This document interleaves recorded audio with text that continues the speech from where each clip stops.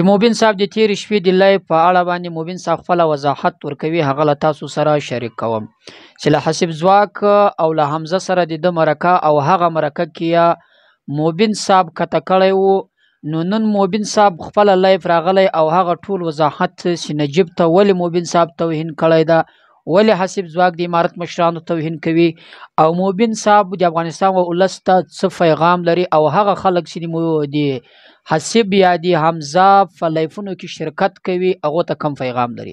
پر خوندوره موضوع غږېدلی، راځئ تر هر څه له مخکې د موبین صاحب دا ویډیو وګورو. ځواک چیشته وایي؟ ځواک دغه ده، ځواک واچولسته به د سړي زوی سه، نو ته خو یې سکولر. دا ټولې ګولېګانې دي. زه په خپل وطن میان یم، خو وطن تا مردګه راته سور اور کړی ده چې نه ډاکټر لرم، نه پروفیسر لرم، نه کشف خانه لرم، حتی سکن نه کېږي. ملامتي بیا په طالب باندې اچوي. څه پکې قهر خشم ورغلی د خامخا جذبات وایي، او د روس غلام او د امریکې غلام او مزدور هغه ته افغانان وایي. نو چې کله هغه مرکه مال تاسو سره شریک وګورئ توهین وکړه، نو ما په نجیب پښه راکېښودله، په نجیب مې شروع وکړله. مرکه ډېره اوږده ده، وحي صاحب اوس درسره سره شریک کوم، وحي صاحب را روانه ویډیو کې سره شریکه کوم، ډېره مهمه ویډیو ده، ډېره ضروري ده. نجیب، کارمل دا خاینان دي، دا قاتلان دي، دا د امریکانو مزدوران دي، دا جاسوسان دي. بیا هم وایم، بیا هم وایم، بیا هم وایم، هغه چا چې موږ د روسي اشغال او امریکایي اشغال نه خلاص کړي، دا قهرمانان دي، دا اتلان دي، دا د احمدشاه ابدالي او د میرویس نیکه په پل باندې پل ایښودونکي دي. بس زه په دې پوهېږم، په دې نورو خبرو زه نه پوهېږم. پوه شوې؟ نه په خپلو خبرو پښیمانه یم، نه دومره بې غیرته یم چې چا نه وډارسم، او نه د دغسې کیسه کې یم. پوه شولې؟ زه خو همیش د محبت خبرې کوم، د الفت خبرې کوم، د نفرتونو د پای خبرې کوم، د ورورګلوي خبرې کوم. ته ولې ما ته نفرت را مخکې کوې؟ ته ولې ما سره د افغانانو ترمنځ نفرت؟ ته ولې جنګ ته لمن وهې؟ ته ولې جنګ ته لابي کوې؟ د خره زوکه دومره تکړه راسه کنه، راسه افغانستان ته راسه، چې لاس خلک در کې منډي که نه.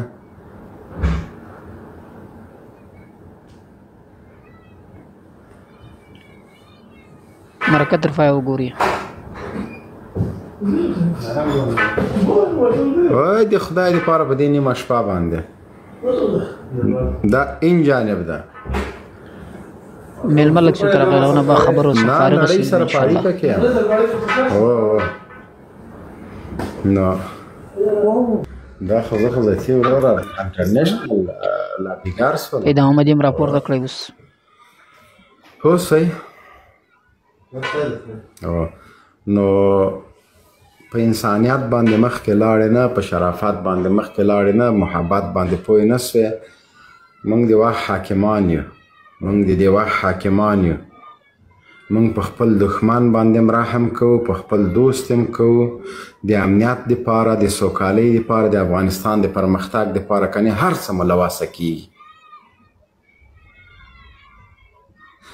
دغه پاکستان حمزه کوي ته ورته ووایه دې خبیث، دا د چارسدې غل ته، دا د میلو بچي ته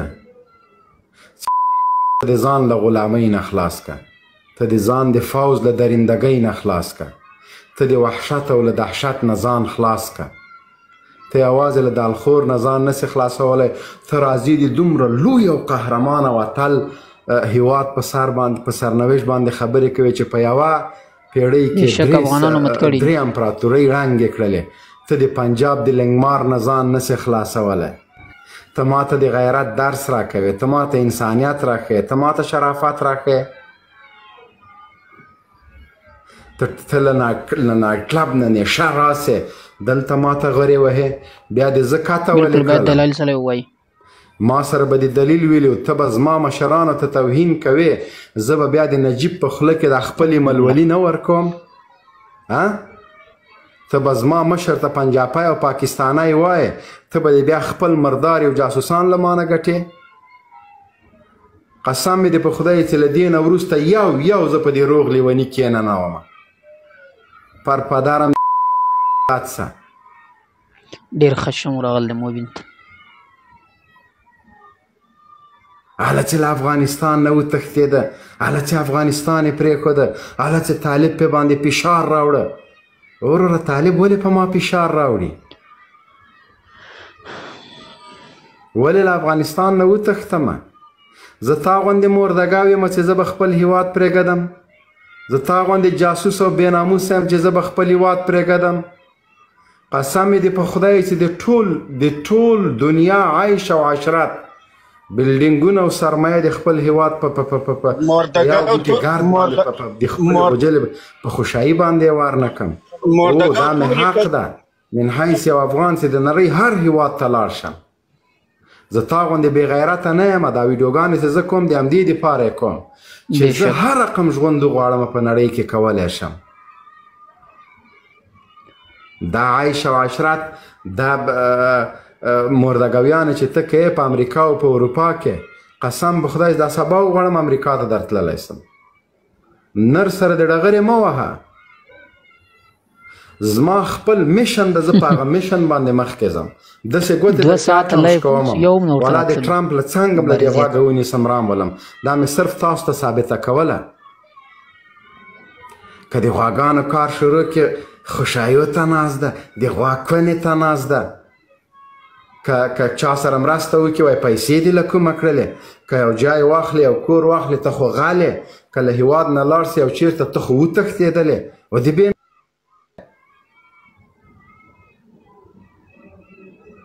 زه مې د خپل هېواد بیا بالخصوص د خپلې غجلې خوشحایي والا که په ټول امریکا ورکړم.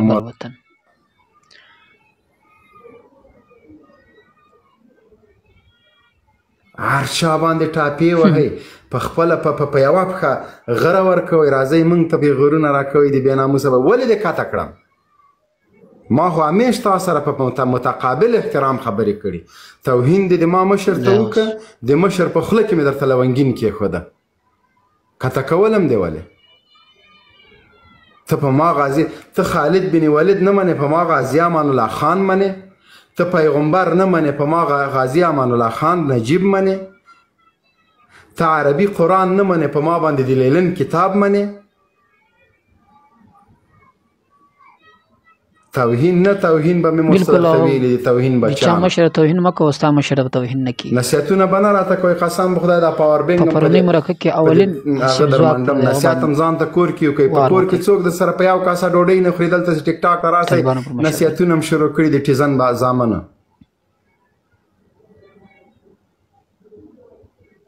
ولا امریکې ته ولا د دنیا کوم کونج ته زه وغواړم زه تللی سم. د ما د هېواد په پاسپورټ کې پاور ده.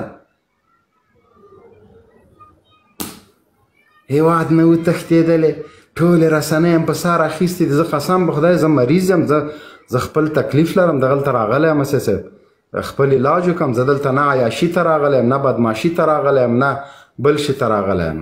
خپل میشن مې د خپل هدف مې د خپل هدف ته ځان رسوم. د هېواد غدار که په امارت کې وي، کله امارته بهر یې والا دغسې خوله کې ګوتې وراچوم. تاسو سره ګپ ولګوم، تاسو سره لږ شوخي وکړم، لږ زره وروره طبیعت راسته کړم. تاسو دې وایي دا لیونۍ سوی ده. په والله چې پوستین مې چپه واغوسته، که بیا تاسو ما نه په میډیا کې خبر وکړه زه ورزو یم. چیلنج داسې وي.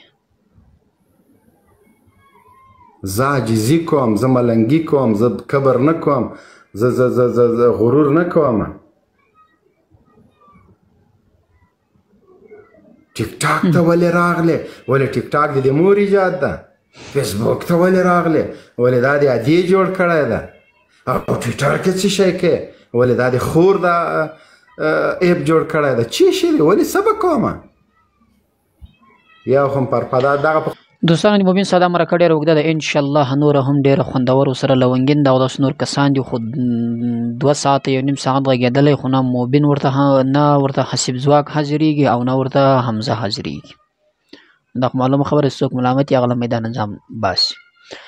مبین ساده مرکه به ان شاء الله پر روان ویډیو کې نورم د سره شریک کوم. خو دغه یا مهم توري وو او فردغه باندې زما خپل نظر دا د ګوري دوستانو مبین صاحب دا کوم خبرو کې کین دا د زړه یو جوش خشم ورغلی د زړه یو فریاد یو په پرونی مرکه کې مال تاسو سره شریک کله تر هغه ځای پورې چې مبین دی قطع کړی وو.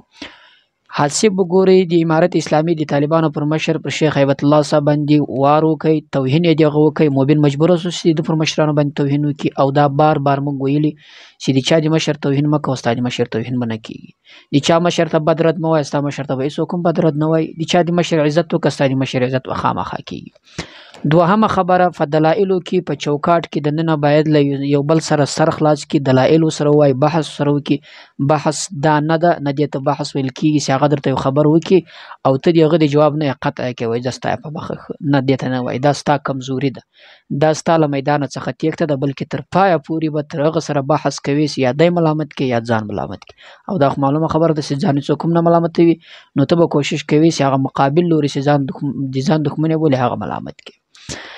بله خبره لکه مبین صاحب په فای کې دا وایي چې زه به داسې یو لایف جوړوم دا کم خلک چې مثلا دا لایفونه ګوري چې زه له دوی سره په لایف کې موجود یم د دوی خلک زیات دي کتونکي زیات دي زه دوی ته دا چیلنج ورکوم چې زه د لایف څخه ولاړ سم دوی دې څوک وګوري.